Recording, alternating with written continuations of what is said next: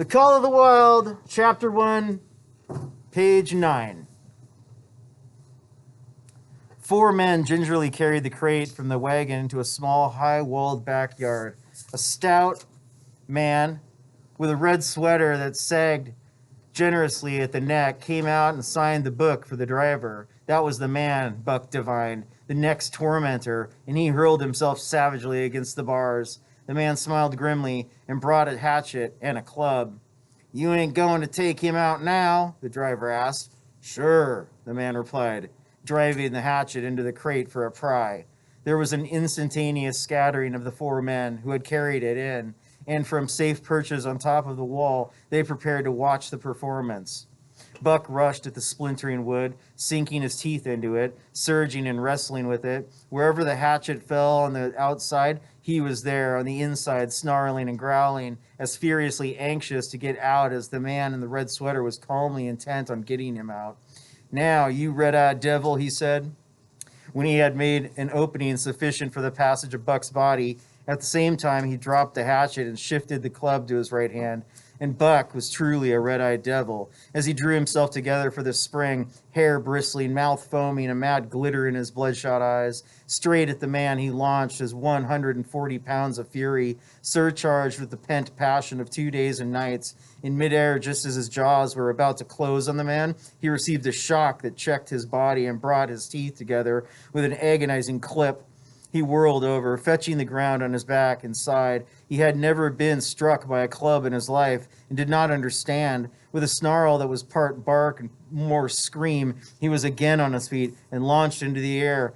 And again, the shock came, and he was brought crushingly to the ground. This time he was aware that it was the club. With his madness knew no caution. A dozen times he charged, and as often the club broke the charge and smashed him down. After a particularly fierce blow, he crawled to his feet, too dazed to rush. He staggered limply about, the blood flowing from nose and mouth and ears, his beautiful coat sprayed and flecked with bloody slaver.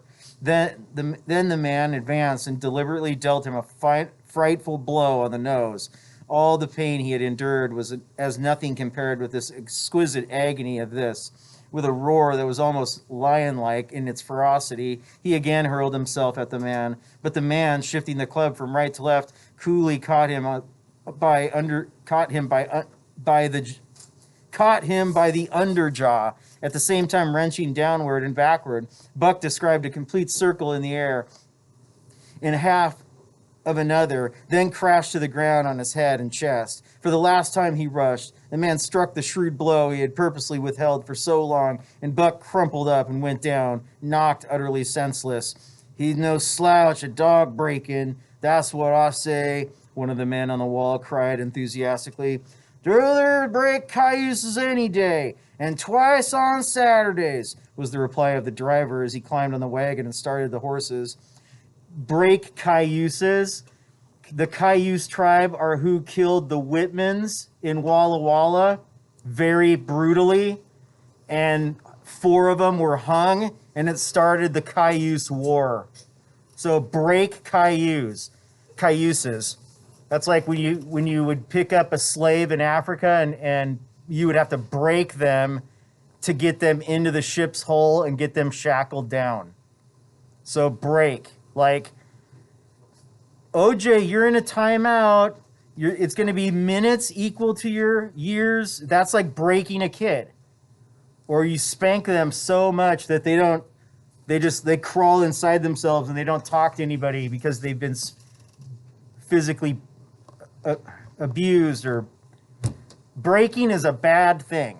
Like, you don't want to say it. And like, especially if you're talking about people that aren't white, and if you hear someone say, "We need to break him," like sometimes there's some of the police violence. I've heard the word break before in the police violence videos, and that's direct connection to slavery, the word break. And I lost my place. Oh. Okay, so break cayuses, break Native Americans. Buck's senses came back to him, but not his strength. He lay where he had fallen, and from there he watched the man in the red sweater. "Answers to the name Buck," the man soliloquized. That's soliloquy is a speech to yourself. When you're talking to yourself, you're soliloquizing. Quoting from the saloon keeper's letter, which had announced the consignment of the crate and contents. "Well, Buck, my boy," he went on in a genial voice, "we've had our little ruction, and the best thing we can do is to let it go at that. You've learned your place, and I know mine. Be a good dog, and I'll go well, and the goose hang high. Be a bad dog, and I'll whale the stuffing out of you. Understand?" As he spoke, he fearlessly patted the head he had so mercilessly pounded, and though Buck's hair involuntarily bristled at touch of the hand, he endured it without protest. When the man brought him water, he drank eagerly, and later bolted a generous meal of raw meat, chunk by chunk, from the man's hand. He was beaten, he knew that, but he was not broken.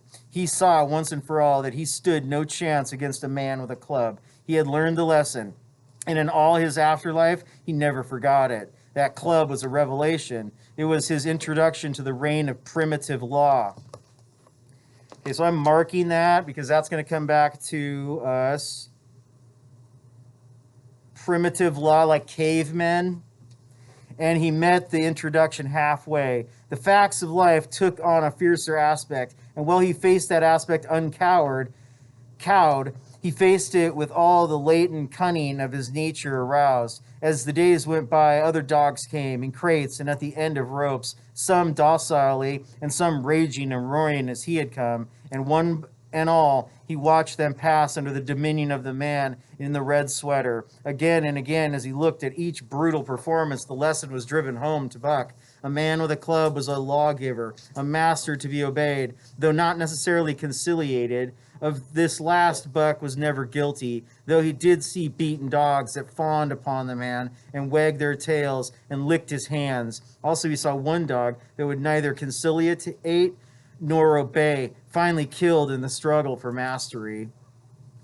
Now and again, men came, strangers, who talked excitedly, wheedlingly, and in all kinds of fashions to the man in the red sweater. And at such times that money passed between them, the strangers took or more of the dogs away with them. Buck wondered where they went, for they never came back, but the fear of the future was strong upon him, and he was glad each time when he was not selected. Yet his time came, in the end, in the form of a little wizened man who spat broken English and many strange and uncouth exclamations which Buck could not understand. "Sacrodam!" he cried when his eyes lit upon Buck. "Dat one damn bully dog! Hey, how much?" 300 and a present at that, was the prompt reply of the man in the red sweater. "And seeing it's government money, you ain't got no kick coming, eh, Perrault?" Perrault grinned, considering that the price of dogs had been boomed skyward by the unwanted demand. It was not an unfair sum for so fine an animal. The Canadian government would be no loser, nor would its dispatches travel the slower. Perrault knew dogs, and when he looked at Buck, he knew that he was 1 in 1,000. 1 in 10,000, he commented mentally. So Perrault, he's from Canada. The Canadians speak French. They were a French colony for many, many years. And in the 1890s, France said, "You go to Alaska." Alaska was not a state yet. The Yukon Territory, and find gold and bring it back for Canada, and we'll pay for it. So that's what he means, the government money. Buck saw money pass between them and was not surprised when Curly, a good-natured Newfoundland, and he were led away by the little wizened man. That was the last he saw of the man in the red sweater. And as Curly and he looked at receding Seattle from the deck of the Newall, it was the last he saw of the warm Southland. Curly and he were taken below by Perrault and turned over to a black-faced giant called Francois. Perrault was a French-Canadian and swarthy, but Francois was a French-Canadian half-breed and twice as swarthy. They were a new kind of men to Buck, of which he was destined to see many more, and while he developed no affection for them, he nonetheless grew honestly to respect them. He speedily learned that Perrault and Francois were fair men, calm and impartial in administering justice, and too wise in the way of dogs to be fooled by dogs. In the 'tween decks of the new wall, Buck and Curly joined two other dogs. One of them was a big snow-white fellow from Spitzbergen who had been brought away by a whaling captain who had later accompanied a geological survey into the Barrens. He was friendly in a treacherous sort of way, smiling into one's face the while he meditated some underhand trick, as, for instance, when he stole from Buck's food at the first meal. As Buck sprang to punish him, the lash of Francois's whip sang through the air, reaching the culprit first, and nothing remained to Buck but to recover the bone. That was fair of Francois, he decided, and the half-breed began his rise in Buck's estimation. So, mixed race, gentlemen, to say half-breed is not appropriate anymore. The other dog made no advances, nor received any. Also, he did not attempt to steal from the newcomers. He was a gloomy, morose fellow. There's that word again, guys, morose. And he showed Curly plainly that all he desired was to be left alone, and further that there would be trouble if he were not left alone.